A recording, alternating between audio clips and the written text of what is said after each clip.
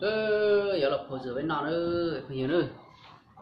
Tức là chị phụ dừa với nó nữa nên sao? Phụ gì nè, phụ gì nó nè, phụ gì nè.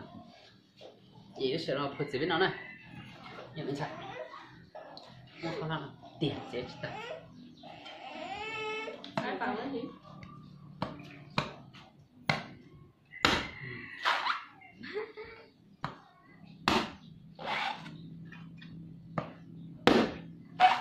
Tại bộ nó ca một ca thôi, tại mình của chị thử đấy. Chẳng nó một chuyện nó giảm nó chỉ không sạc u đợi.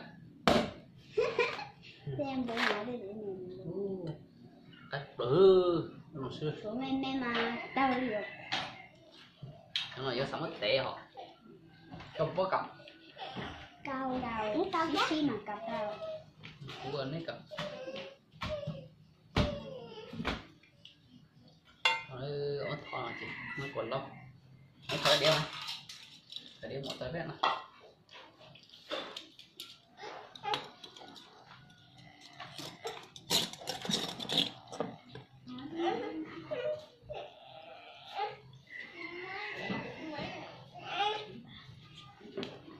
lông tí cờ nó kiếm máy luôn chỉ vào quên này mới còn ừ. nên đi lúc phải vô sợ mới đi cỡ lâu cho trở thành nó nhé vô dây bạn cái phải dây nên chẳng phải cho bái dây nên chẳng sao của tao thấy à không mà chọn này thử chọn ấy không bây giờ phu chẳng biết phải đồ dầu rồi đi đúng à đi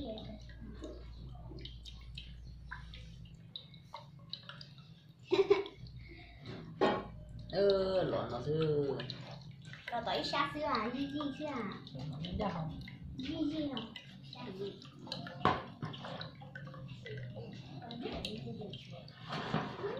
muốn tàu cử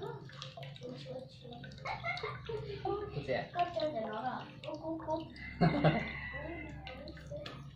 đừng có đài không biết tới nữa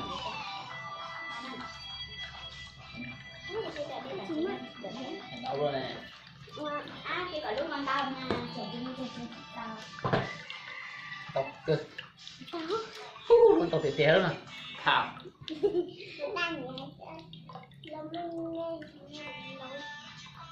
lon cái này đấy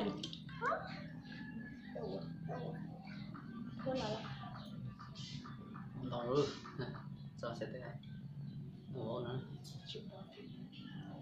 tàu cử mấy tôi hát à lĩnh cầm nó đỏ bông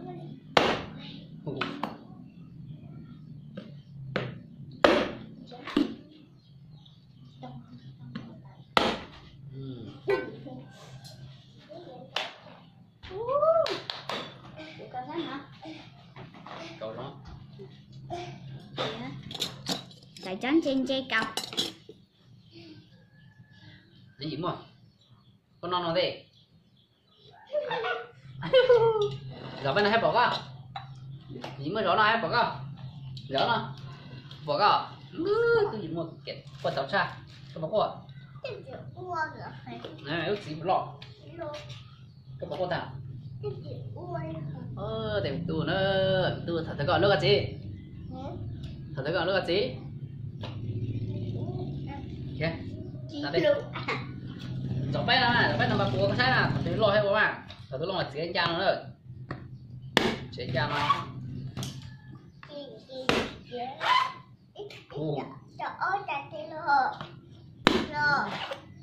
con sẽ cho tên bé mà không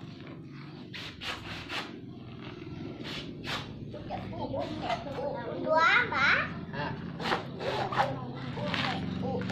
bà trái chợ nó luôn à lỗ trong cái lỗ hậu đồ bà tính ra thế trong cái lỗ hậu hậu vô vô vô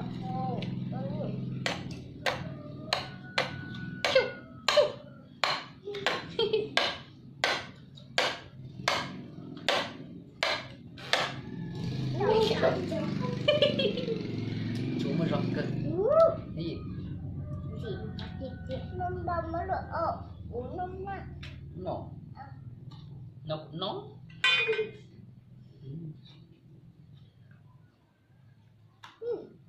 Được. Chiếu. Vô, không tốt. Chứ. Chỉ có. Con này là Nó thò lò táo, rồi ta thò vô sao? Không có không có rồi. Cái này tao rồi. Ba mấy cành đậu. Sao? Hả? Ba mấy cành đậu. Cái này đẹp không? Vậy mà, kia. Cô nó mới thắc không?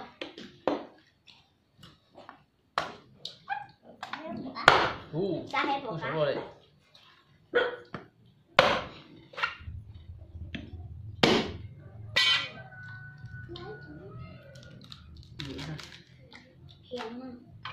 Mở lên tuổi.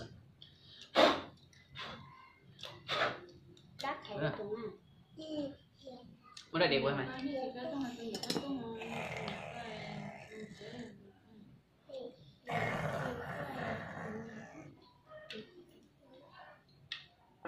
Có cá cá nó tụm xe. Ốc to. Vô thiệt kìa hầu luôn. Mama lại nè. Nó có nọ. Không mà bằng nữa.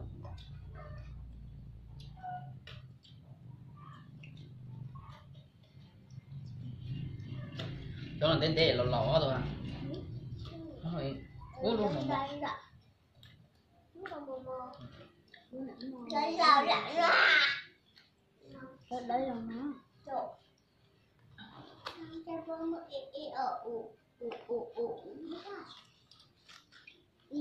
Một hồi được rồi chứ.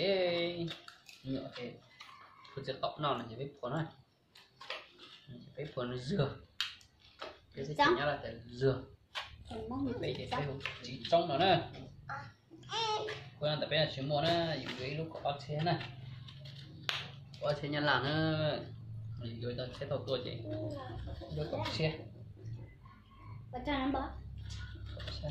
Cả thanh. Đấy đó. Nó là những lúc có xe nhiều. Đó có xe. Không bật xe tao chơi đúng không? Luôn. Không cả lúc. Chúng nó tao ở kia bên kia nó xuống.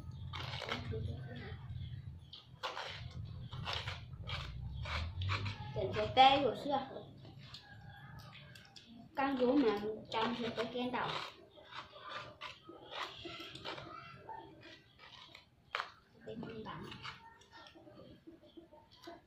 Nhớ cậu thấy nó nè, cậu thấy nó chè. Mà cho chị nè.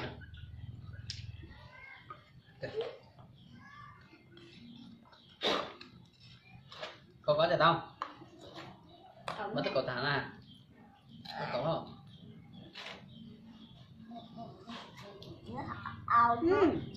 Ba, giờ đó chưa? Mất té gì mua dầu mấy? Mất cửa gì ra? Mất cái đôi gì đây? Mất cái đôi gì nó gì? Nó có tay mấy á? Nó có tay hay tiền kia ám mũi rồi cậu á. Tôi tưởng nó cho phong hiệp bỏ. Nó rồng. Cho phong hiệp bên nó gì à nó mà.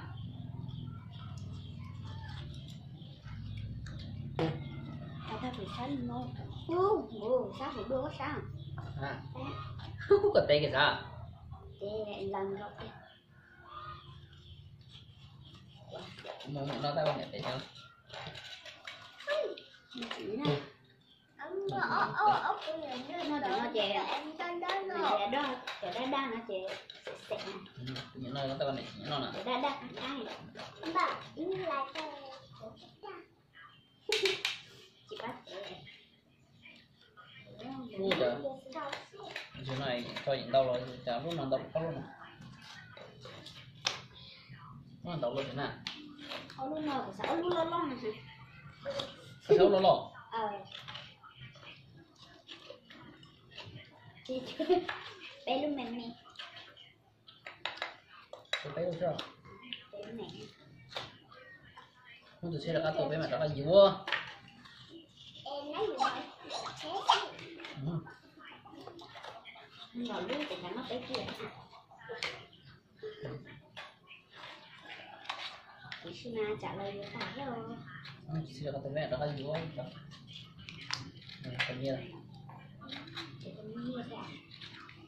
Chứ không có một chân đấy.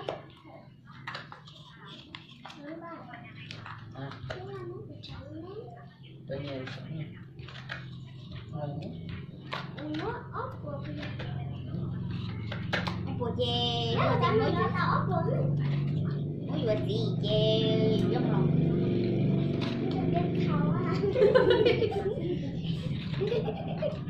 Chị ơi, tuổi nào có à? Anh chào anh tuổi nó.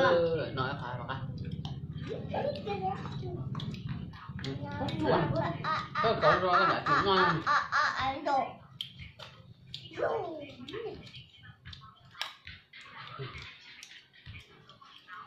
Thế nó cái học cùng nhau này. Mình cho thà rồi. Thật thì muốn chụp coi. Không. Nhìn cái này cậu nên nói rồi. Cái nó sáng là bọn nó ha.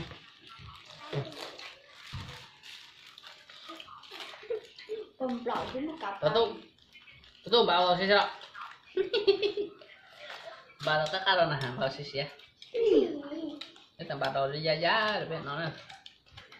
Mua qua này nào. Đi mua qua này biết nào. Nè. Nó gì à? Rồi biết nào tao nào. Để cao luôn nó nè.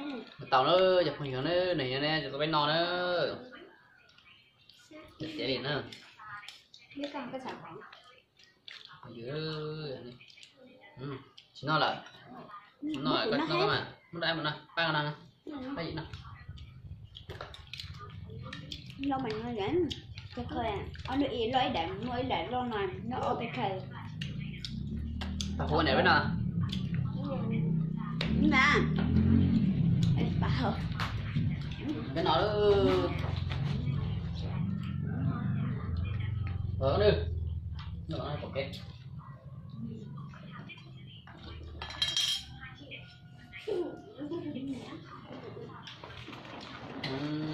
Sẽ có cậu để cậu ta. Nó cả. Đó cậu ấy để đâu đó. Như em hết tuổi rồi Sẽ con. có cậu ra thì đến cậu ta. Thì nói ra không còn. Đây đó. Đang còn đây. Sao tự nào.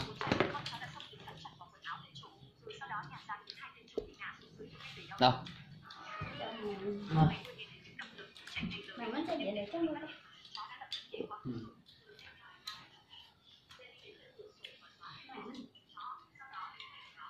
Nè, hài luôn nè. Nè. Là hai luôn. Hai luôn tôi trong ba lúc. Đây. Ba cho con dừng này, ba lúc. Được không? Cái chuyện muốn vậy. Ôi lần giải non ha. Mình khai cỡ.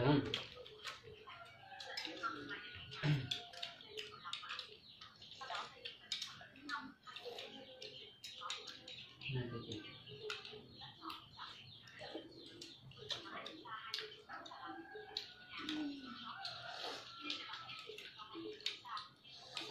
Cho cá thể cũng khá luôn khá.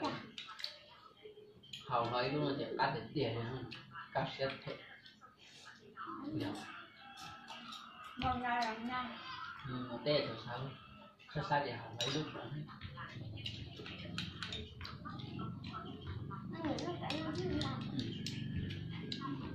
Ủa nó chèn.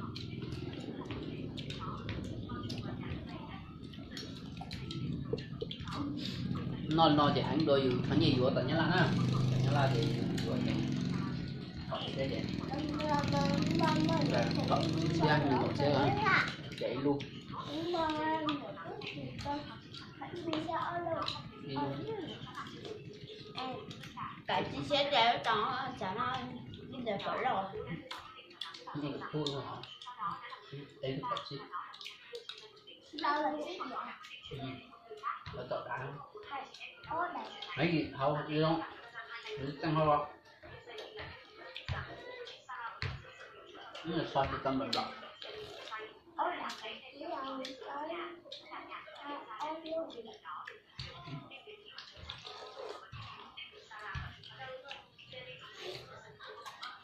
Con ngồi đi gì chưa? Tôi sợ rồi. nó chỉ bỏ ấy đấy cái chỉ bỏ vào hả nó bỏ vào Nó giòn hả?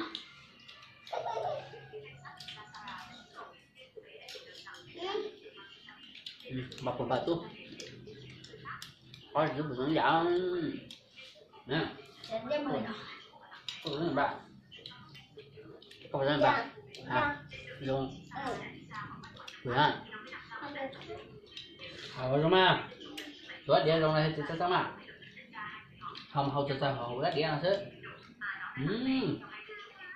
nó còn mà hay nó không gì cá tụi chúng vào rồi chúng vào à rồi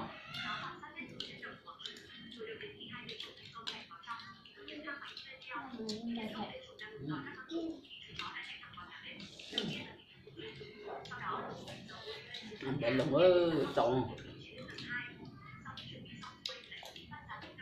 nó tao lại nó tao liền lắm Tao cho hết. Đúng rồi, cháu là bữa này thì sao?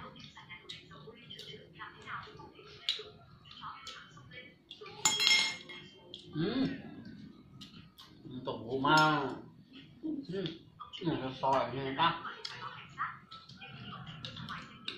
trời ơi rồi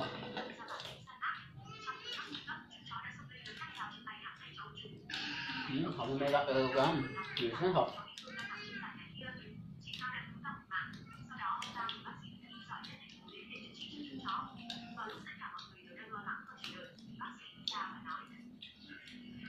Chỗ cái đây là wow, con có cái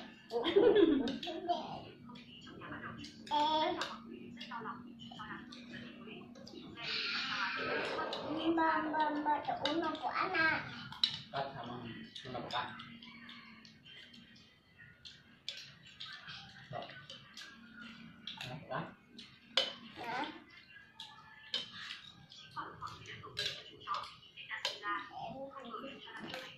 ngon cũng ngon